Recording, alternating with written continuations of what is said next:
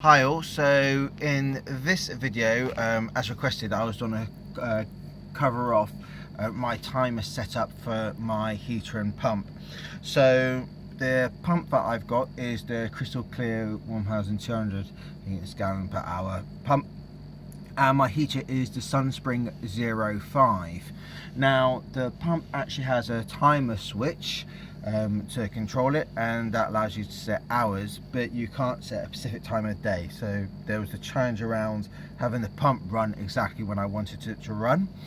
The second challenge was the actual heater doesn't have a timer on, and it doesn't have a cutoff. So what happens is that when the heater is running and the water flow stops, so if the pump goes off, the water stops going around the heater and stays in the heater, and the heater stays on, and the water inside the heater heats up to hit its set temperature, and the heater turns off. After that point, because the heater inside the elements are still warm, the water inside the heater carry on increasing, and they'll go up an extra maybe 10 degrees from what I found in testing. Once they hit that 10 degrees and they sort of level off, it then slowly cools back, and then it gets to the point where once it's cooled back below the set temperature, so let's say if you had the set temperature set as 28, you turn it off, it might go up to 38 in there, and then over an hour or two that might then drop back down to 28, and when it hits 27 again, even though the pump's not working, the heater will kick back in, start to warm the water, that water hits up over 28 degrees, turns off again. So the heater would be going on and off, and it would be heating and cooling the same water inside, which is not ideal, and it is advised against in the warranty within the system. So one of the challenges is that I wanted to do was come up with a solution where I could control the filter and the heater at the exact same time, and no matter what, if the filter wasn't running, neither was the heater. Now there's always the possibility that the pump will break and the heater will go through that cycle I just explained. However, chances are that I'd pick that up within a day and it hopefully wouldn't have been too much of an issue. However, relying on that to control the heating of your pool over a long period of time, of weeks and months, that's when you can cause damage. So I came up with a few ideas. I reached out to the manufacturers of the Sunspring and sort of asked if this is what I was trying to do, what are the different options.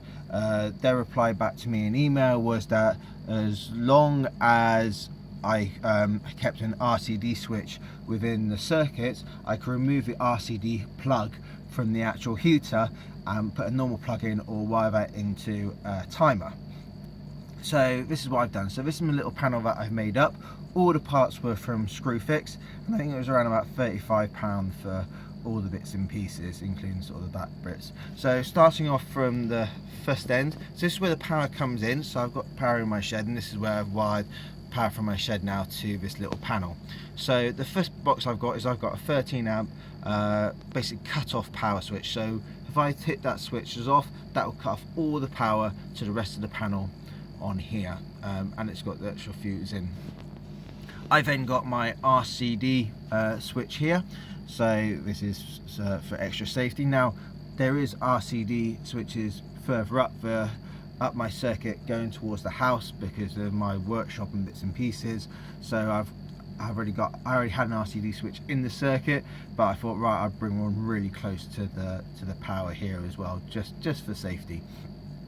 So they've got my RCD switch here. So, and then I've got this timer. This timer is actually rated for an immersion heater, so it can deal with the ampage, and it gives you a lot of control and flexibility.